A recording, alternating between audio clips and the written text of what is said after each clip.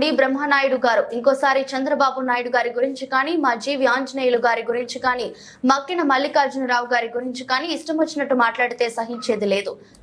ఈ రోజు ఉదయం ప్రెస్ మీట్ పెట్టి నారా చంద్రబాబు నాయుడు గారిని చెత్త అంటవా, మా మాజీ శాసనసభ్యుడు జీవి ఆంజనేయులు గారిని, మక్కిన మల్లికార్జున గారిని అగౌరవంగా మాట్లాడతావా? నీ గురించి చంద్రబాబు నాయుడు గారు చెప్పేది వినకంలో ఉన్న చిన్న పిల్లాడి నుంచి పండు ముసలి వాళ్ళ వరకు తెలుసు. నువ్వు అధికారాన్ని అడ్డం పెట్టుకొని ఏ విధంగా నువ్వు డబ్బులు సంపాదించావు.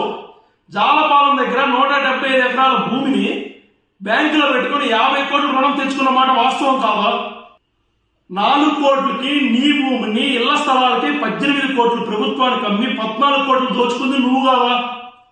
రామలింగేశ్వర స్వామి కొండను అడ్డం పెట్టుకొని చుట్టుపక్కల రియల్ ఎస్టేట్ దందాలు చేసి నువ్వు కాదా?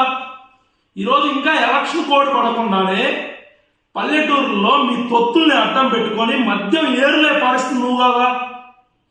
జీవి ఆంజనేయులు గారి కంటే 10 రెట్లు డబ్బులు పెడితేనే రాబోయే రోజుల్లో నేను గెలవగలుగుతాను నమ్మిన వ్యక్తి నువ్వు. 5 సంవత్సరాల అధికారాన్ని అడ్డం పెట్టుకొని 500 కోట్లు దోచుకున్నావు నువ్వు. ఈరోజు ప్రజలందరికీ తెలుసు నువ్వు 500 కోట్లు ఖర్చు పెట్టి ఈ రోజు ఎమ్మెల్యేగా గెలవాలనుకుంటున్నావు. ఎమ్మెల్యేగా గెలిచి మళ్ళీ 2,500 కోట్లు 3,000 కోట్లు సంపాదించుకోవాలనుకుంటున్నావా? ప్రజలు నువ్వు రోజు ఇచ్చిన మందు తీసుకుంటారు, లేకపోతే రేపు ఎలక్షన్కి 5,000 కాదు 10,000 ఇచ్చినా తీసుకుంటారు.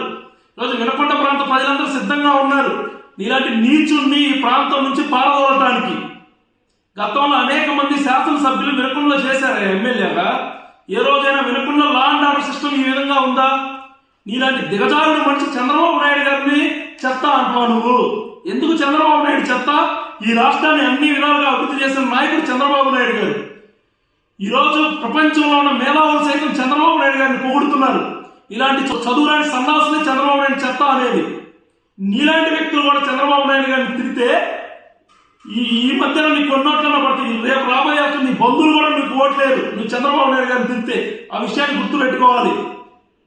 ఈ ఎనకొండకి ఏం చేసావు? ఆ రోజు నువ్వేం చెప్పావు? బొల్లాపల్లి మండలానికి వరికపూడిశాల ప్రాజెక్టు పూర్తవుతేనే ఆ నీళ్లు ఇస్తేనే రాబోయే ఎలక్షన్ లో ఓట్లు అడుగుతానని చెప్పా.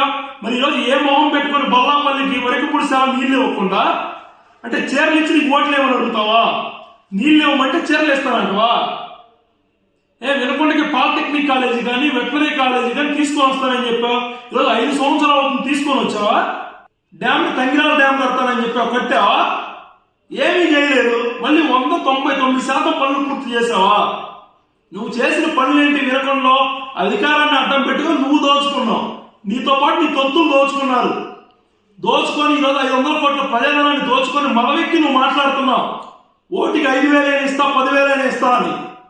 నువ్వు ఓటికి 5,000 కాదు 50,000 రూపాయలు ఇచ్చినా కూడా రాబోయే ఎలక్షన్ లో నీలాంటి వ్యక్తిని మటుకు ఈ వినకొండలో శాసనసభ్యుడిగా ఉంటే వినకొండ ప్రాంత ప్రజలకు పరిస్థితి తెలుసు. ఇప్పుడే లా అండ్ ఆర్డర్ ఎలా ఉందో. మరోసారి నీలాంటి నాయకుడు ఎన్నికైతే ఈ వినకొండ ప్రాంత ప్రజలందరూ ఈ వినకొండ కూడా మరో పులివెందులు అవుతుందని భావిస్తున్నారు.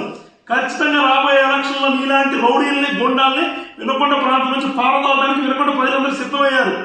మరోసారి నువ్వు చంద్రబాబు నాయుడు గారి గురించి కానీ ఆంజనేయ గారి గురించి కానీ నీ ఇష్టం వచ్చినట్టు మాట్లాడితే ఊరుకోవడానికి ఎవరు సిద్ధంగా